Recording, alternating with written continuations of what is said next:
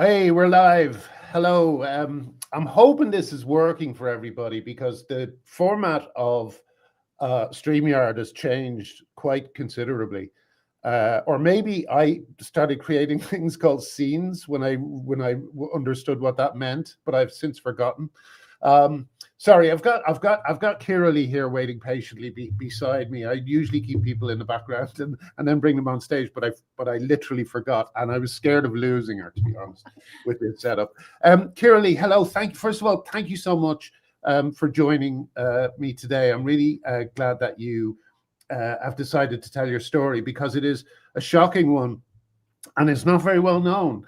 Because, like, of course, in Australia, the big story about at the moment is the ludicrous situation that Giggle and oh, her name has just jumped out of my head. Tickle. Roxy Tickle v Giggle. Like, Roxy you can't make it up, can you? No, I would say his name. I've forgotten my good friend's name, who's been tormented. Sal Grover. Oh, yes, by Sal Grover, who is being put through the most ludicrous Kafkaesque adventure by your government, and now I find out your story. So first of all, just give us a little bit of background. Do you come from a conservative background or a left-wing background? What is your history leading up to getting into so much trouble? Yeah, well, thank you for having me, Graham. It's such an honour to speak with you in person. Finally, we've messaged, and it's really lovely to be in person with you. I am a conservative Christian. I have a Bachelor of Theology. I've grown up, just in pretty much the Aussie stereotype. The whole "she'll be right, mate," fair go. That's I think my life epitomizes that Aussie larrikin spirit, all of those sort of things. Sure. Just a really live and let mainstream. Live. Yeah, live and let live, essentially. Absolutely. And just because I'm a Christian, I have no expectation that other people are. I just really embrace and enjoy all people, and that's just been my motto. And I love the way I live. I love the freedoms that Australia has had up until recently, where I love nothing more than a good argy-bargy and, let's have a debate around the dinner table, in particular around the barbecue, sitting outside. I live on 100 acres, so it's always fun to hear other views and, so like you said, live and let live. So when did you notice that this was a different sort of discussion that you couldn't enter into with a sort of light heart? Oh, look, there's been a lot of things. I'm actually I call myself an accidental activist, Graham. And in 2011, I accidentally uncovered, that's right. I accidentally uncovered some halal certification scams that were going on in Australia. And through that, that's a long story in itself, but exposed those scams. It ended up before the Supreme Court in Australia. It ended up in a Senate inquiry in Australia. And through that, I got, quite a following just for saying things as they are, and then became politically active, commentating on lots of different things. And then through the same-sex marriage campaign in Australia, I really advocated for legal and civil rights for same-sex couples. But I said, if we change the definition of words like marriage, we're going to end up changing the definitions of other words. And obviously that's exactly, what's happened. Whether that was a direct result or not, I'll let people make up their own minds, but I could see that if you redefine certain words that have had meanings throughout history, culture, all the rest of it, then that's going to be dangerous. Straight away, the word woman, the word children or child was redefined to become mature minor, and we suddenly had this explosion of books for 3-year-olds that were about sexualized content. We suddenly have the word woman meaning men, like it includes men, people with a penis, and it was horrifying. And seeing all of the fallout and the consequences. So that was around 2018, 2019. We started an organization called Binary, that there's male, there's female, that's all, folks, and and have been campaigning ever since. And I want to make it clear, like, we probably have differing views on the marriage equality thing or the how that goes. I think it's a slightly different thing because I think they're both man-made constructs, whereas male and female are secure. We've all agreed, whatever your belief system is, we've all agreed that on these certain key words, you know. So you could be right, though. Maybe it did start to, maybe the common agreement we had on meaning started to decay then. I think there could be a case made for that. But I definitely think that the sort of shock troop tactics of destroying the word woman and making the word woman problematic in some instances is something that has had is something that is extremely important to fight.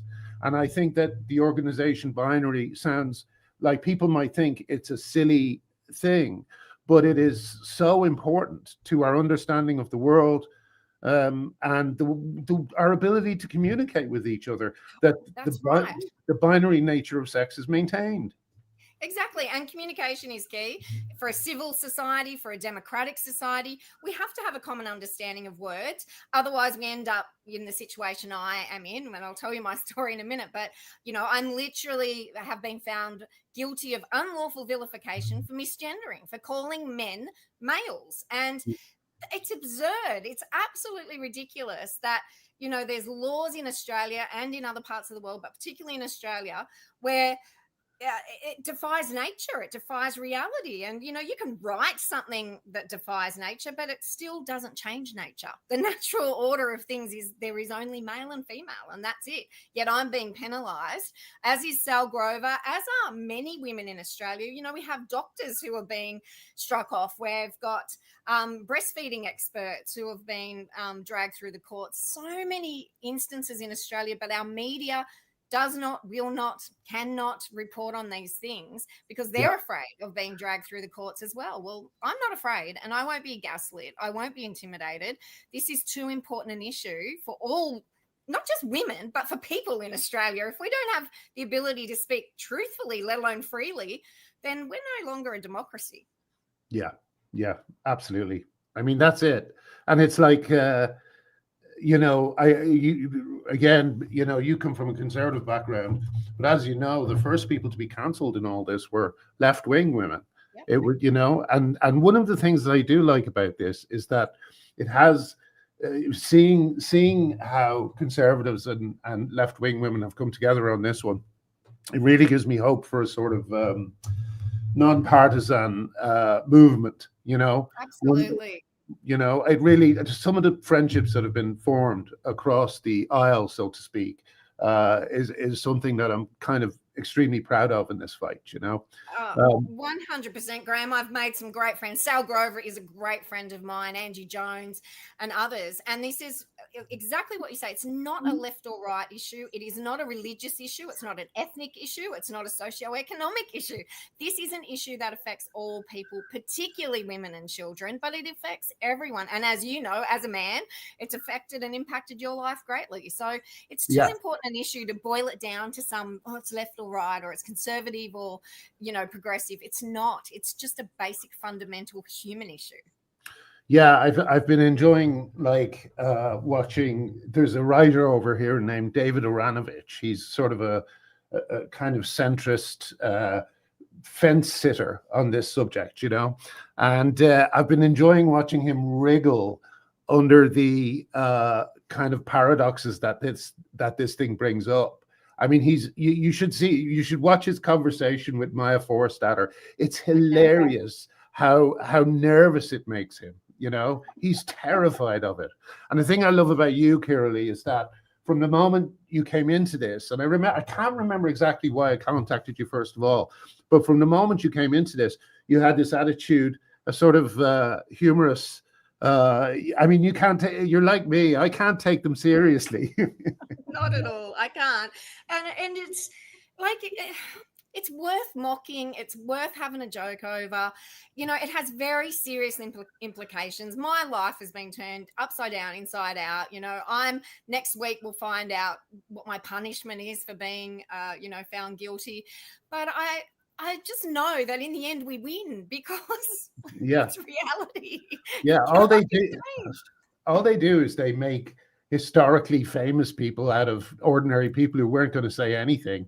if you didn't if you didn't come after them. Let's tell the story, because you've mentioned being arrested a few times, and I'm aware that the audience might be a bit lost. So what is the source of your current woes and your current kind of argument with the Australian government? Yeah. So in the end of 2019, my son was in a soccer club. He was the most valuable junior player in the club. So I was obviously a part of the Facebook page. It was a public page. And on that public page, I saw an image of a male in a dress receiving an award in a female team. And I took issue with that, obviously. I went through all of the like the right order, I guess. I went to the club, I went to the regional association, I went to the state association, I went to the federal association, and was shut down at every single turn, being told that people can play in whatever category they identify with. And I just thought that's absolute nonsense. Through that process, we sent, because Football Australia would not answer my calls, would not answer my emails, would not answer, anything on any social media platform.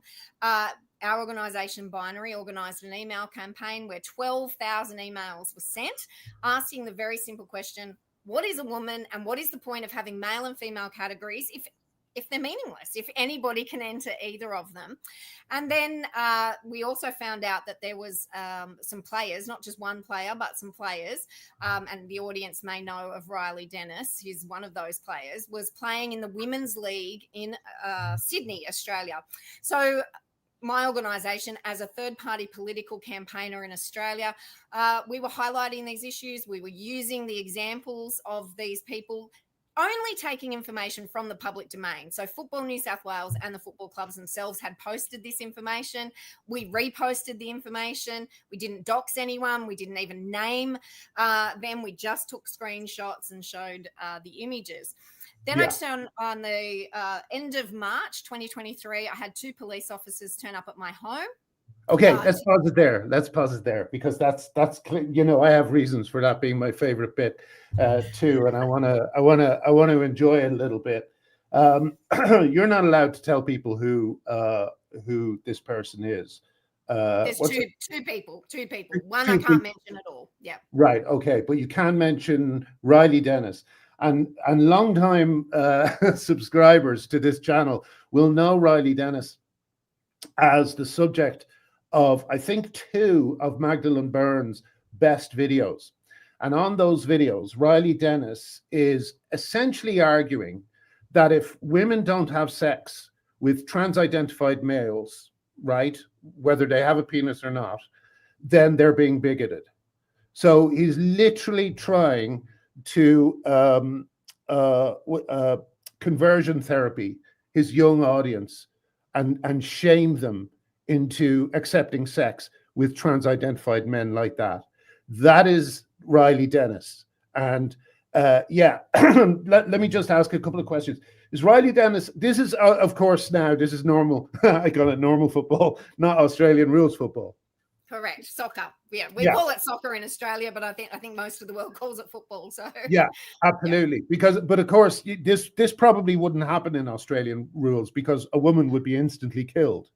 Oh, well, it actually has happened in Australian rules. I've had contact with a 17-year-old player who had, so in Aussie rules, you have what's called, you can take a mark and you run up someone's back basically to grab the football.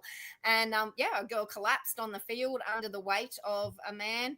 But the issue is, as I'll tell in my story, Graham, is that we can't speak out about it here, because this is what happens to you. You get reported under the Anti-Discrimination Act, because in 2013, our first female Prime Minister, our Julia Gillard, did the audacious act of removing definitions of male and female from the act. And now our Sex Discrimination Act has no protections for sex. It doesn't even define sex. Our Sex Discrimination Commissioner can't tell us what sex is, can't tell us what a woman is. The only protections in the Act are for people who identify as. So how do you identify as man if we don't know what a man is? How do you identify as a woman if you don't know what a woman is? But that's the incredibly comical and ludicrous situation that we are finding ourselves in Australia. You know, I don't think Yes Minister could have gone that far. I don't think you've ever gone that far in comedy writing, but it has exceeded comedy, and that is our reality. And now people like myself and Sal are being, are going through court because there's no protections for women in Australia. There's only protections for men who identify as women, and only that's it. So we face great penalties and really difficult situations. And Australia, for some reason, is proving one of the last to turn around on the subject of puberty blockers.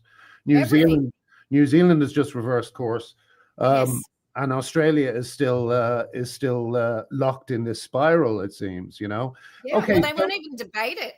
We have politicians, fantastic politicians like Pauline Hanson, Alex Antich, Claire Chandler, who have all tried to put forward motions to discuss these things, and the Labor government just shut them down every time.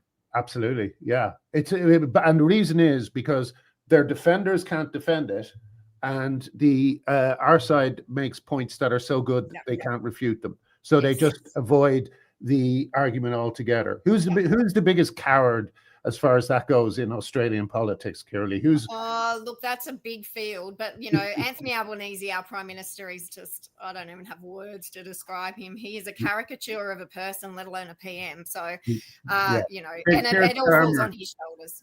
Keir Starmer over here said he would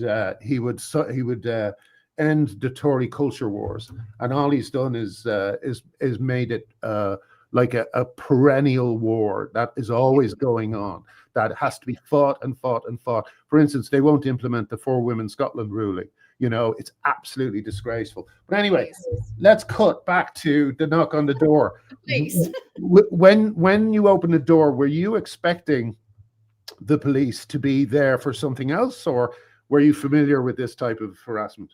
I'd had a phone call from the police in February to warn me that my behavior may be breaking the law. And when I asked them what behavior, the police officer said, "Oh, you know what behavior?" And I'm like, "No, I actually don't know what behavior you're talking about." And this phone call went round and round and round. In the end, it was basically, "Are you talking about me saying that men are not women and that men shouldn't be in women's sports?" And he said, "Oh, well, I'm just saying you could be breaking the law." And I'm like, "What law are you talking about?"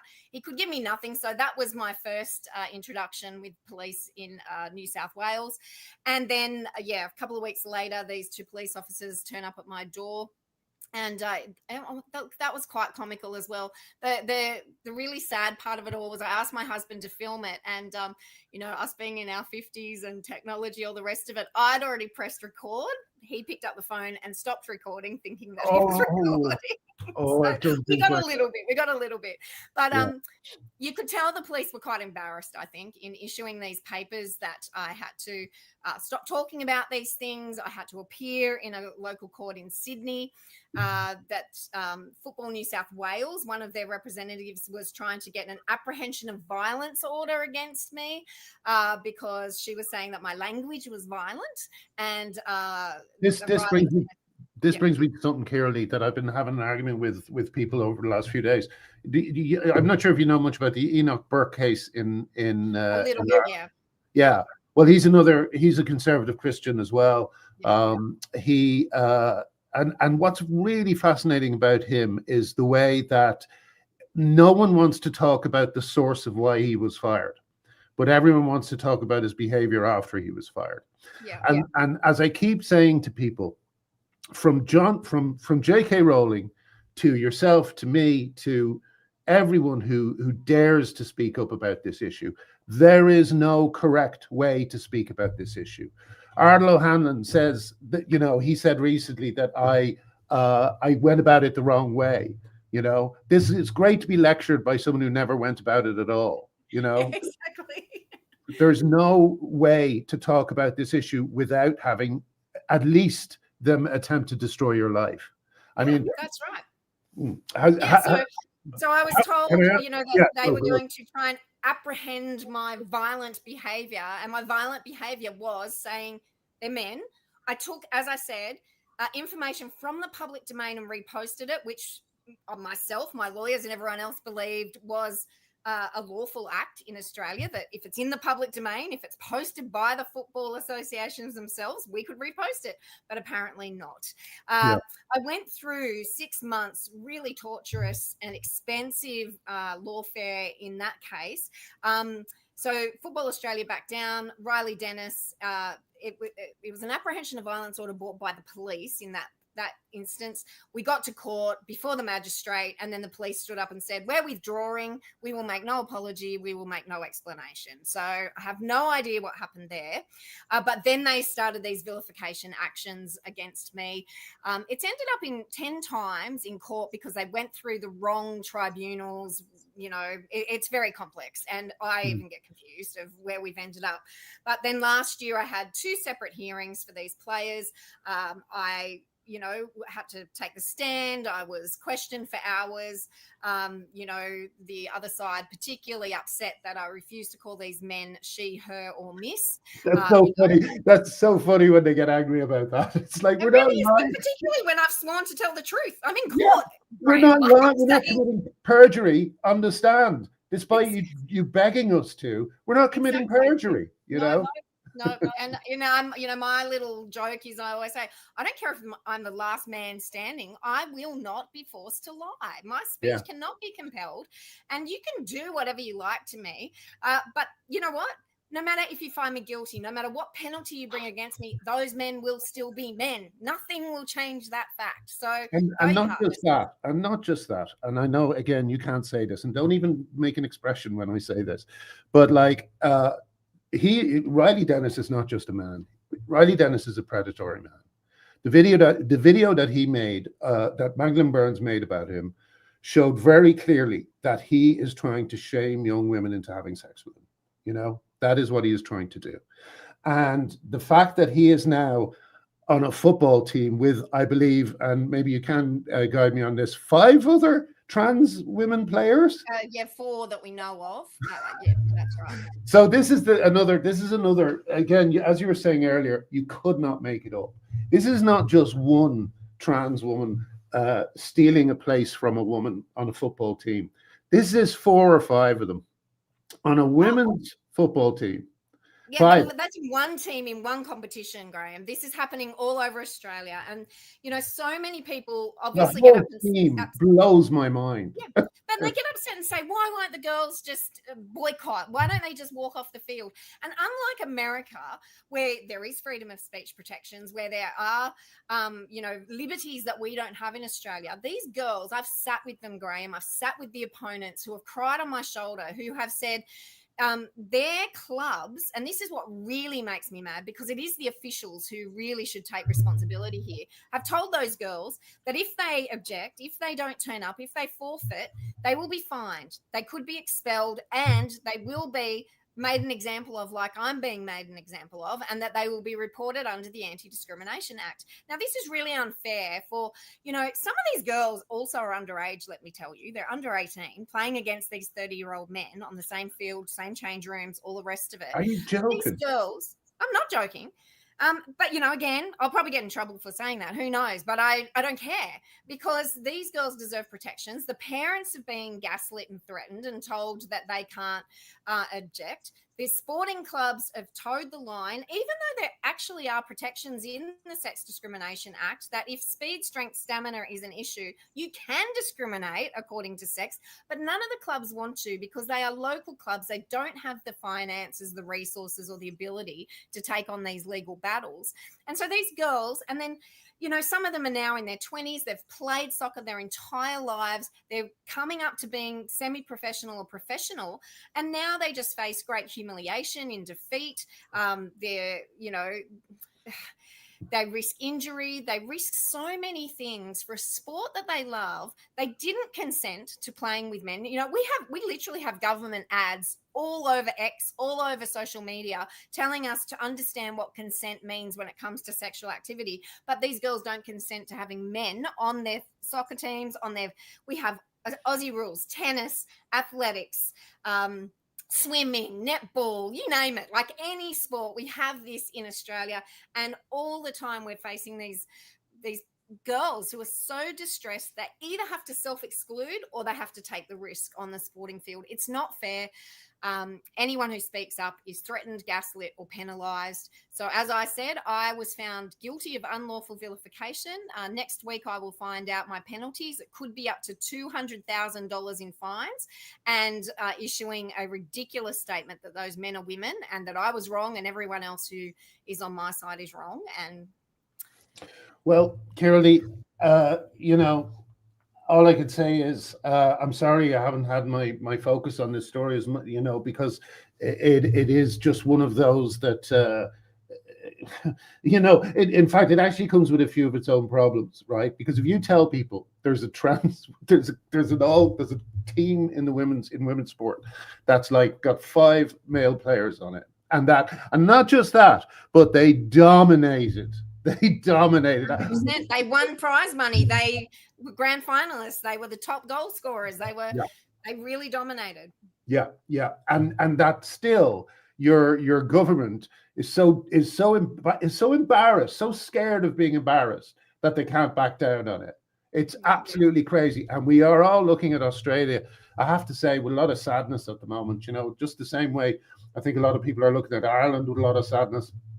And the UK, I mean, it's just these kinds of things have to be reversed very, very quickly. Hopefully that'll happen soon at the BBC here, because if it doesn't, not only will we keep having harassment victims like yourself, but we won't learn anything, and we'll go into the next mass delusion completely unprepared. And completely unarmored against what can happen next. And on that note, let's end. Kirralie, I could talk to you forever. I'm not sure what time it is. We've only done half an hour. That's great.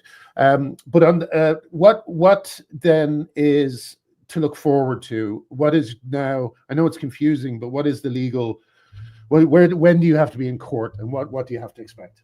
Yeah, look, so next Tuesday, the 25th, the judgment will come out of what my penalties are. It could be anything, but we don't know what that will be at this stage.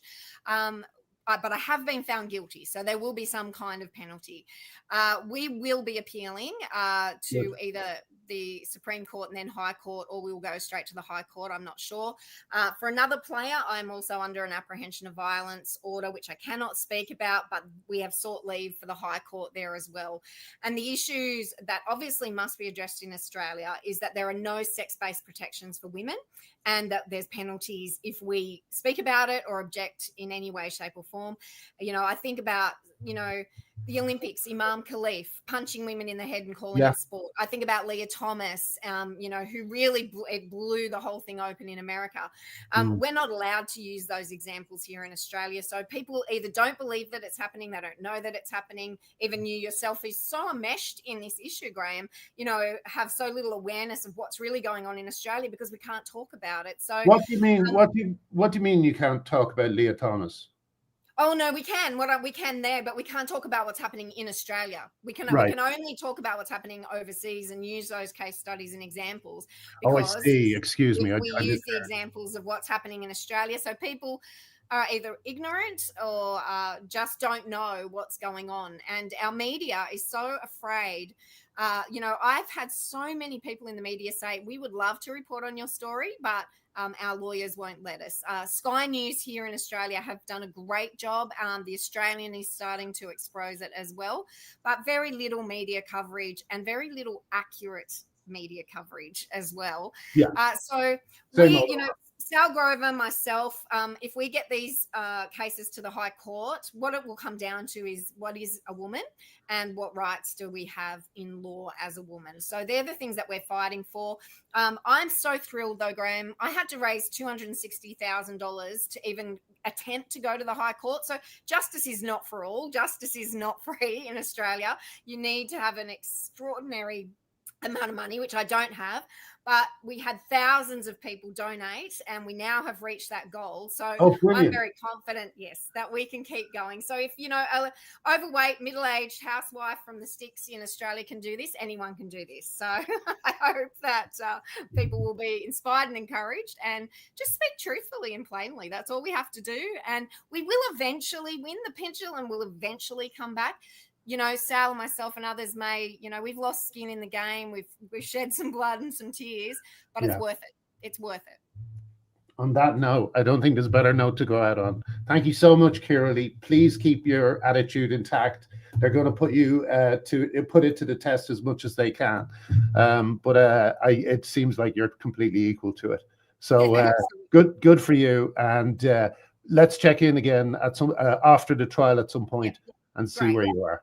Okay. Thanks, Graham. Thank you. See you soon. Goodbye, everyone. Bye. See you next time.